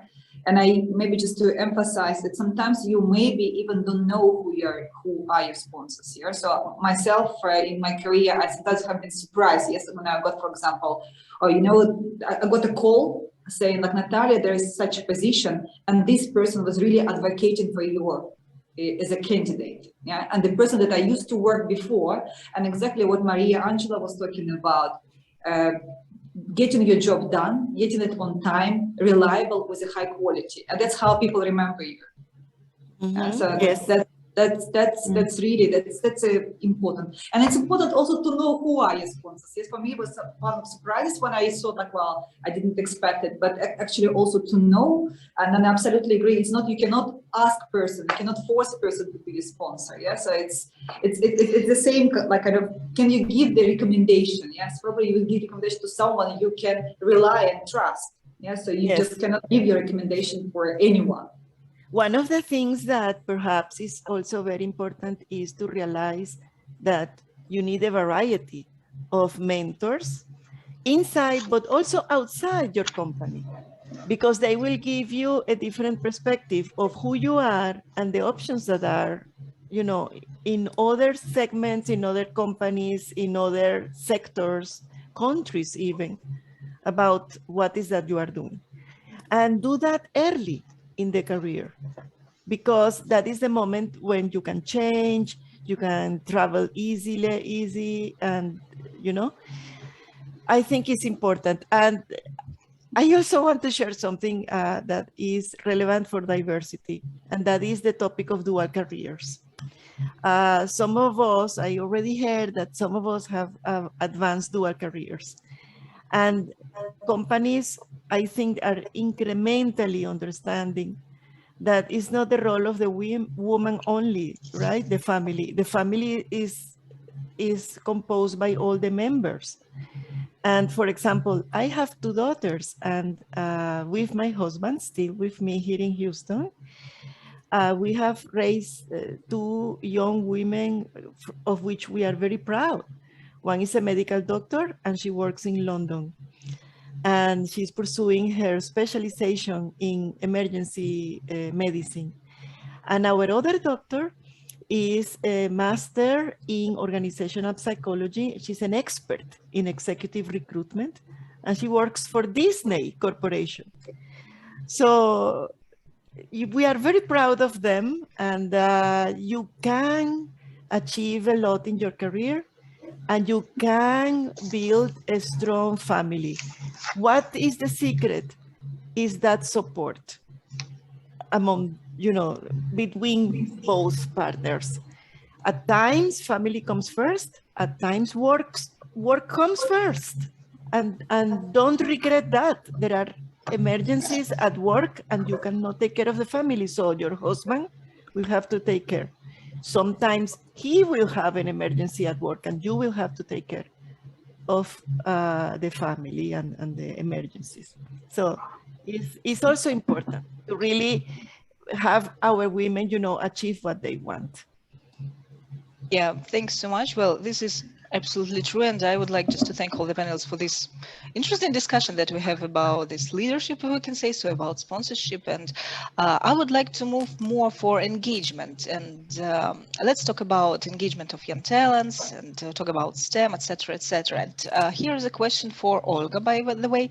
So Baker Hughes obviously works with many universities, but what about schools? So we are talking about talent engagement, and we understand that engagement actually begins not in universities, but in schools, when just young ladies and even young boys, they just think about what to do for their life and what's interesting.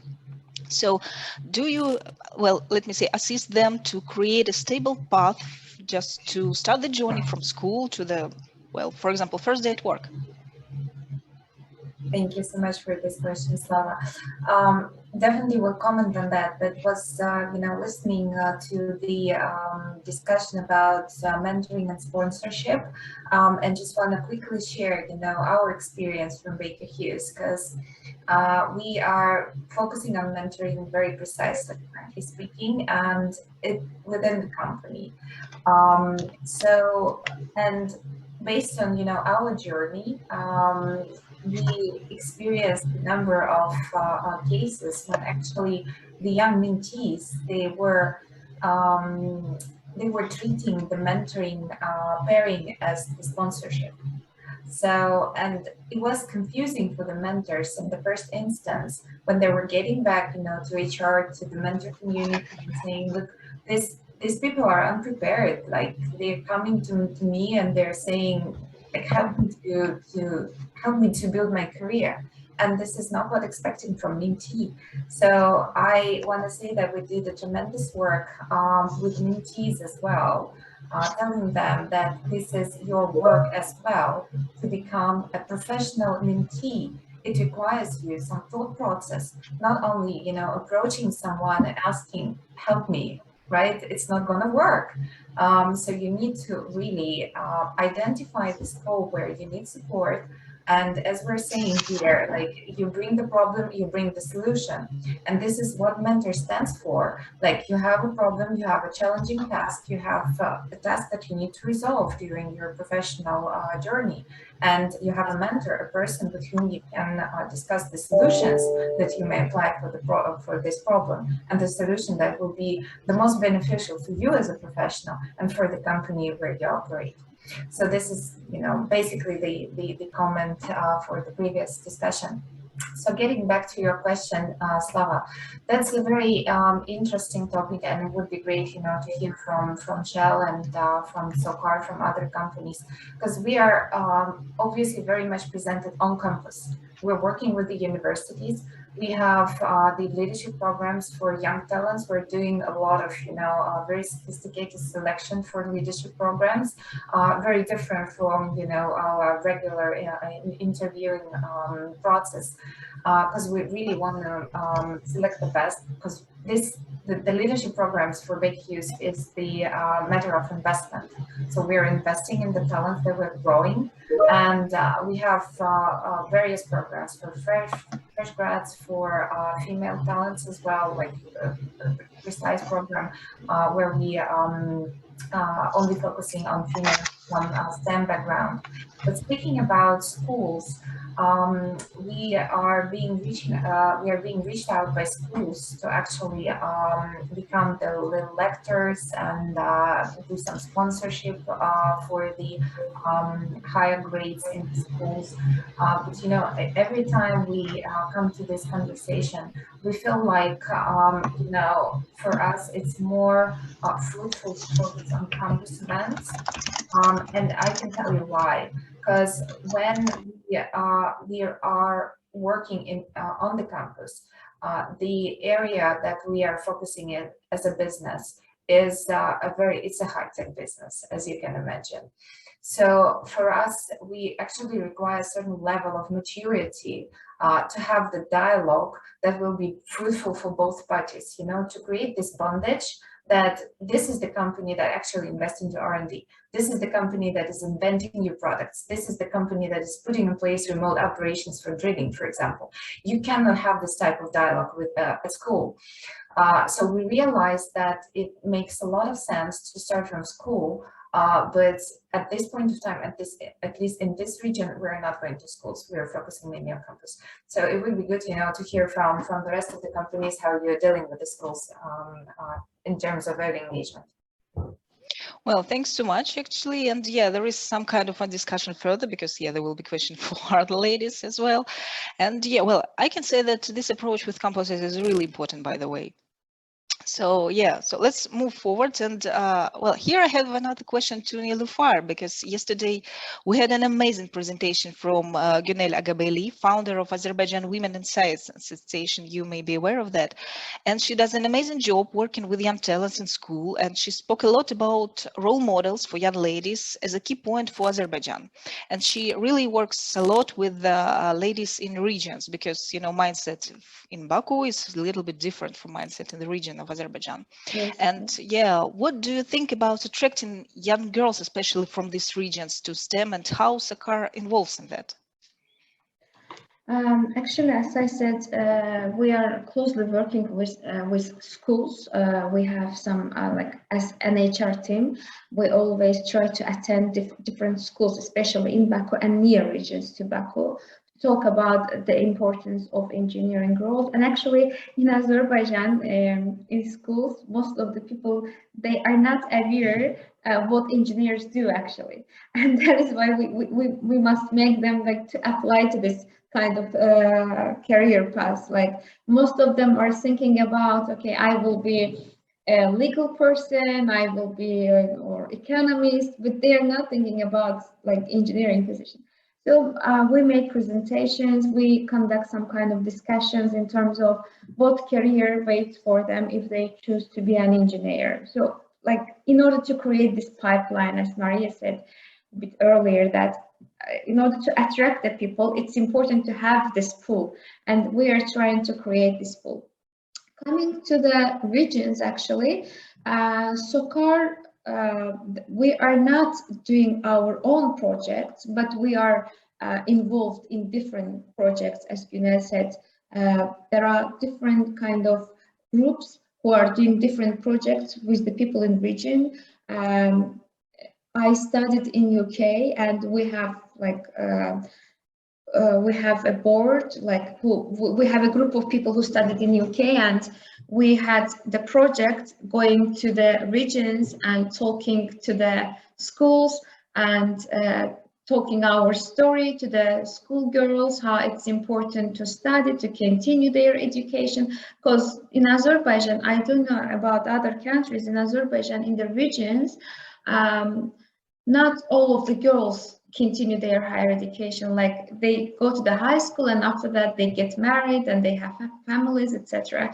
And actually a group of us went to different regions, meet the girls in the schools, and there were some families who didn't even let their girls to the schools, like to these meetings, to see the success stories. And we went to their families, we talked to their families that it's important as a girl to be involved in the future career, etc. And I'm really happy that some of these girls like continued their education. We talked to their fathers to involve these girls. And before SOCAR, I have been a member of municipality. We had some displaced people in the region that I was the municipality member. Again, they were some NGOs, and we involved as NGOs in the NGOs projects. And there we again we told to the displaced people, and I personally did. We prepared them to apply to the universities, and I personally was teaching them in tutoring them in English and in math. And other students, like students who studied abroad, they also helped some of these girls to apply to the universities. And I was so proud when some of these girls applied to foreign universities and get the scholarship from SOCAR. Yes, SOCAR, basically, we are not initiating our own projects with regions, but SOCAR is involved in all of these projects by funding them or by having scholarship programs and having these girls in their scholarship programs. Basically, we are doing it this way, but in the future, we are thinking about having our own projects with the regions.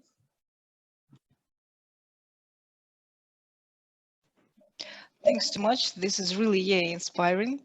Yeah. Thank you. It is indeed. Interesting, really, yeah. Just meeting the families, yeah, it's really good. Yes, it was very difficult. Like some of them didn't let their girls to come to this meeting because they didn't want these girls to hear that success stories. They saw that we are spoiling their daughters, and we just went and talked to them.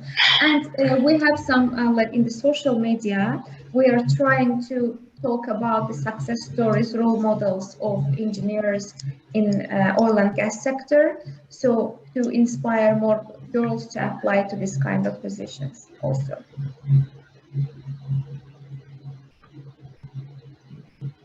Yeah, thank you, Nilüfer.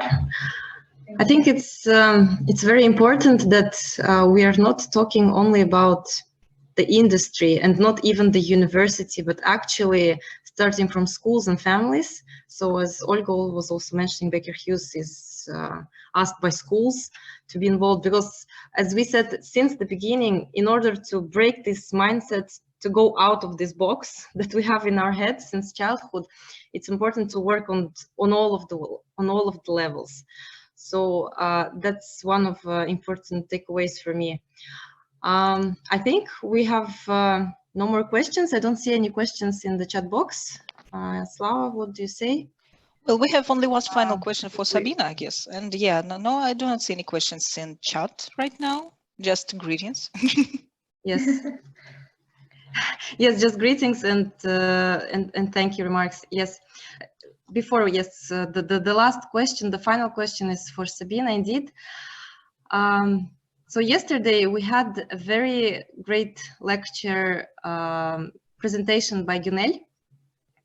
And the question is that the company is organized, Salon Petroleum, we know that organize a lot of forums, work with schools, and generally support women in STEM, and not only women, as I understand from your speech about mentorship, is that both men and women are involved in these programs. So what are the results? Basically, we were saying that it's very difficult to work on diversity and inclusion because the results are not tangible and not visible from day one, let's say.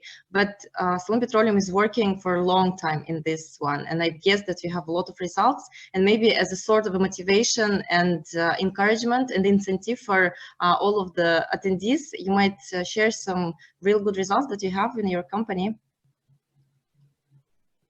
Yeah, thank you.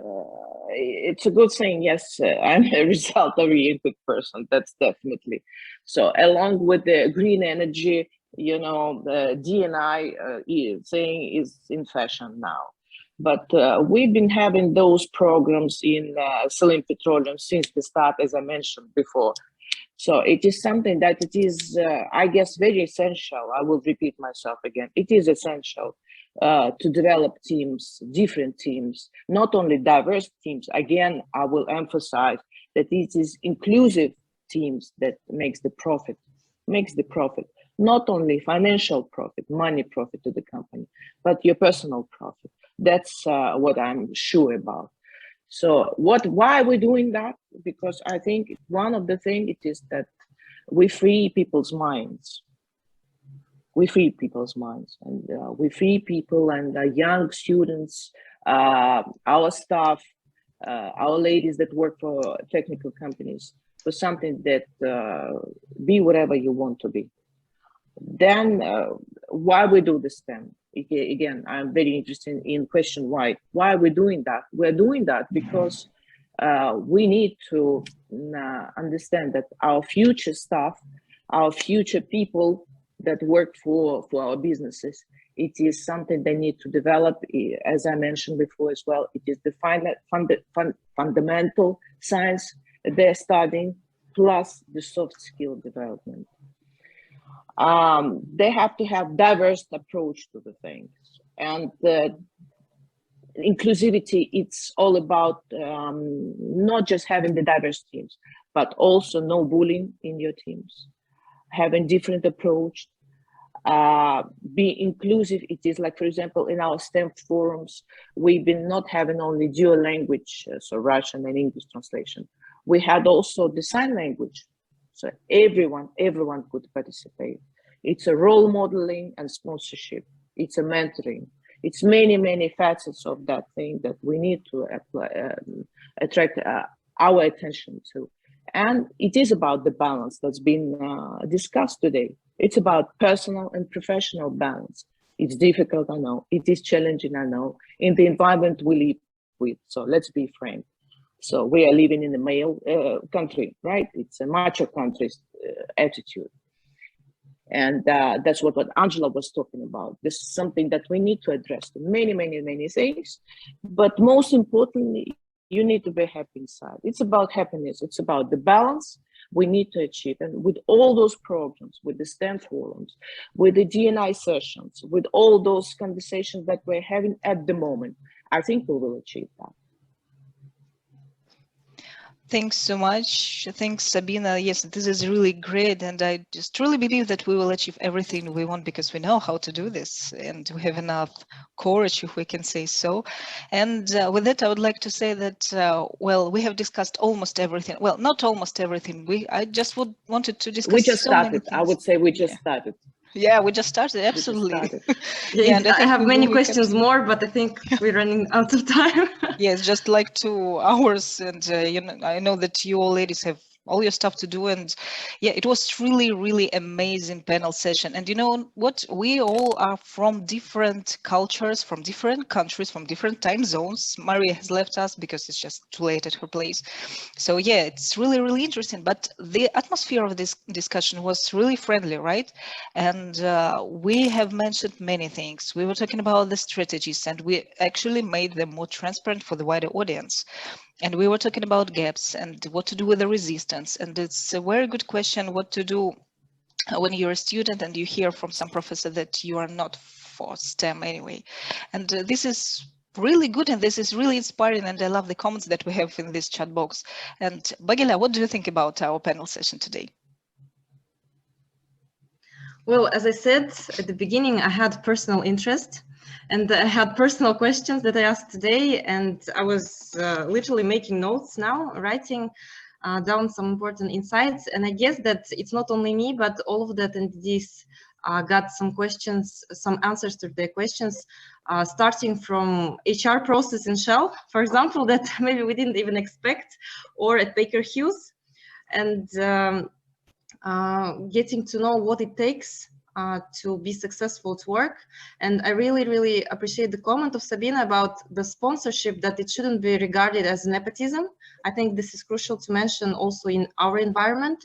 And many girls, maybe they have courage to find a mentor, but then they have no courage or even no idea about the importance of the sponsor.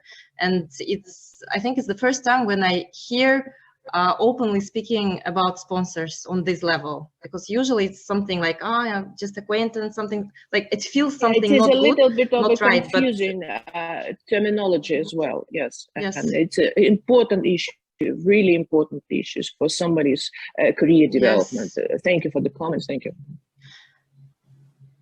Yeah, especially for the ladies, because when you speak about a sponsor for a male colleague, there is no, let's say, double meaning, right? But when you say about a sponsor for a female colleague, then some people can misinterpret that.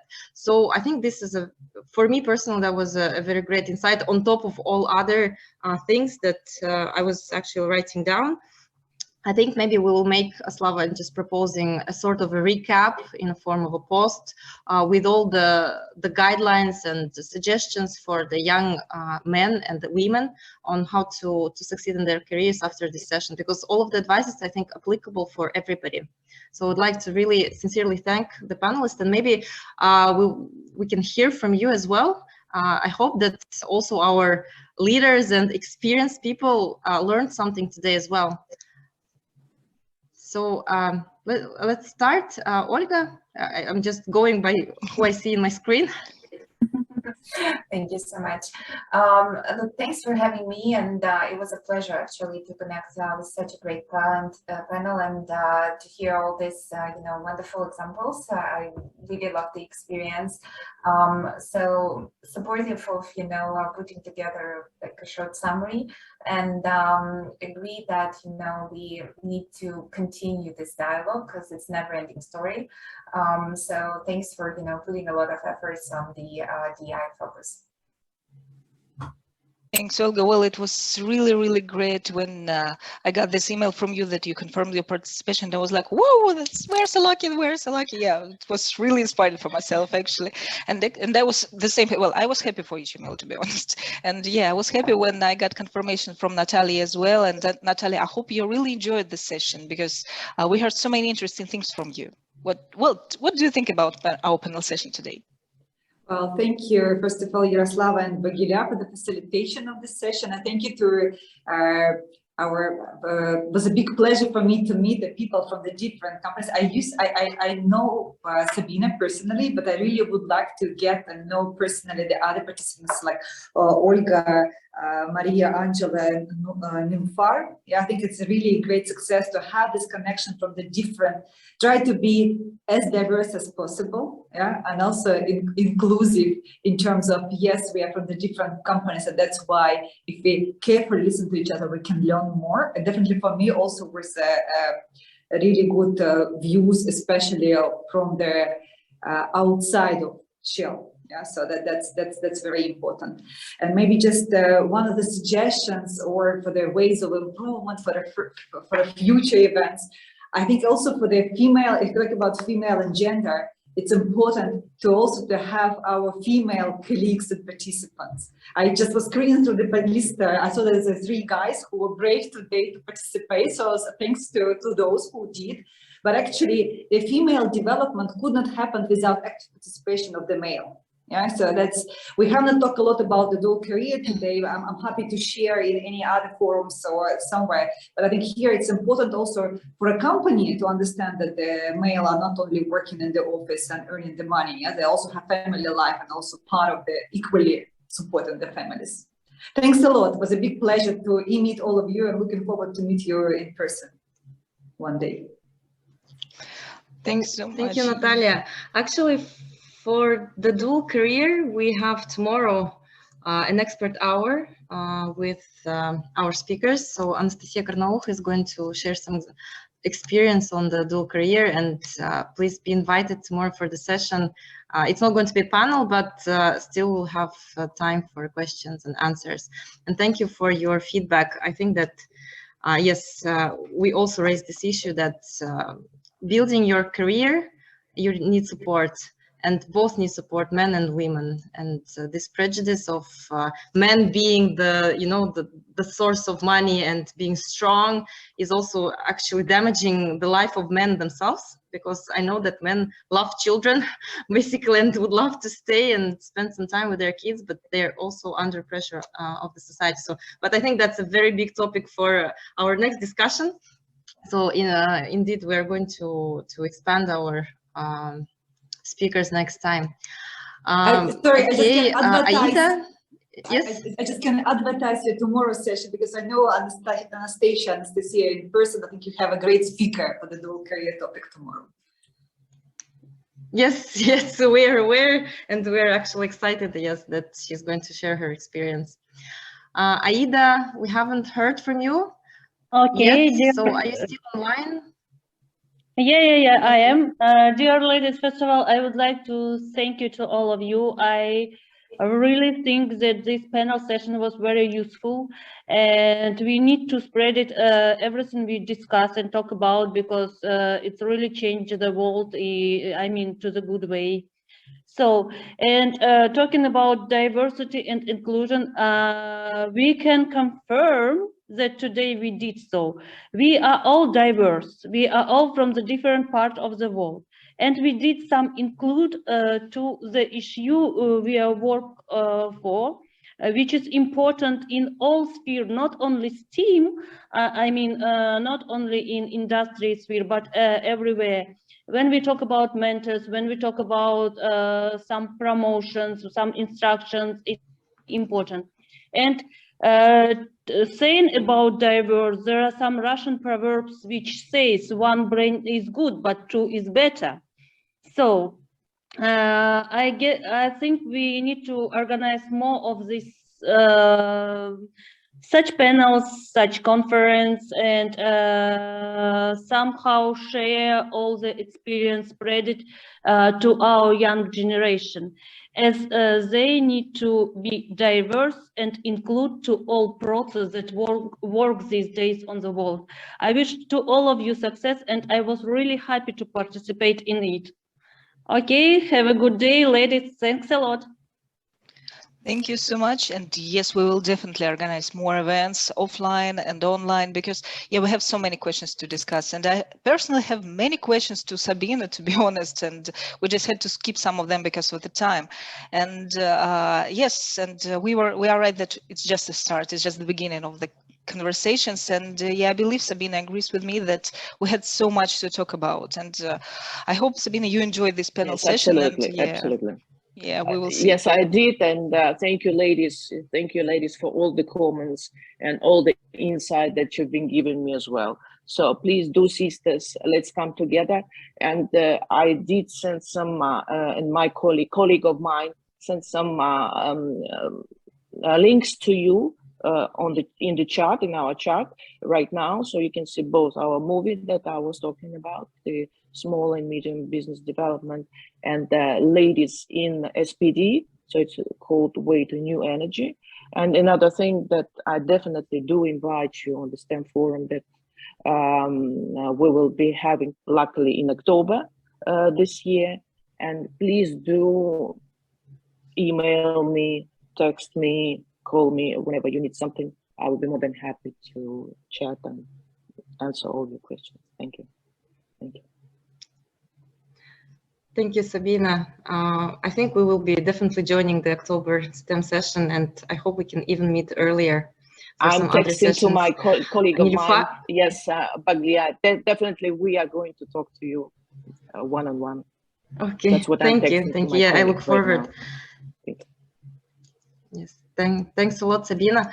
And Nilufar, would you like to say a couple of words, a couple of insights, suggestions? I also would like to give my thanks to all of you for such a great event, and especially for Vagilia and Salavo for just bringing all of us together and giving us an opportunity to share our experiences. I get so much insights from all of the professionals here. Thank you very much. And I agree with Natalia that maybe in the future we can add more male participants here, so they can also share their ideas, they can also share their insights. Thank you very much. I highly appreciate everything that you have done. Thanks so much. Well, yeah, we were working with, we were trying to engage more male participants as speakers and even to panel session, but somehow they were scared. I have no idea why, but yeah, there was such a thing that maybe they were thinking that we were talking about some kind of radical feminism or something like that, which is definitely we're not going to talk about because we're not like that. Yeah, but they were some bias, to be honest, for that. But yeah, we'll work on that. There's something we need to definitely fight with, all those biases, but it's not about feminism, and we're not fighting men. We like men. I like men. I have nothing against them, so it's not about that at all. Yeah, well, me too. So and D&I is much Natalia more than just yes, being a woman leader or young specialist in the technical industry. It's much more than that. It goes beyond that. Yes. So as again, I will cite Natalia that we are not competing. We have to complement each other. So, and it's not only about men and women, but women and women as well. So the sisterhood and all these important things. And we will develop for sure. So I guess we are a little bit over time, but yeah, when it gets to talking, I think we're not good in time management. Yeah, well, I would like to thank again everybody. Yeah, please, I'm here. No, I think I have a lag, time lag in the audio. Okay, sure. So yeah, we're a little bit. Thank you again, and yeah. So you first. Sorry, guys. No, it's okay. So just again, thank you all, and I hope that we see each other tomorrow as well at our expert hour session. Same time, same venue. Yes, sure. And I also would like to thank everyone, our panelists, our attendees, and thank you for your answers, for your comments. And I would like to thank my gorgeous co-host Baigaraeva for this amazing session. And I hope that we made a really good talk show, and that's why we're a little bit late of time. And it was interesting for everyone. And I hope that everyone is excited and truly inspired. And yes, we encourage all of you to join us tomorrow for our expert session. And we will discuss dual careers and work-life balance more deeply. And we will talk about international careers and especially about some kind of volunteer opportunities that's worth applying to. And we will get some more perspective on mentoring and leadership and why this is even more important than you think. So I hope that we will see you all tomorrow. And again, thank you everyone for this amazing session. Thank you, ladies. Have a nice rest of the day. Thank you. Bye. Thank you. Bye. Thank you. Thank you. Bye-bye. Bye-bye. Bye. Bye.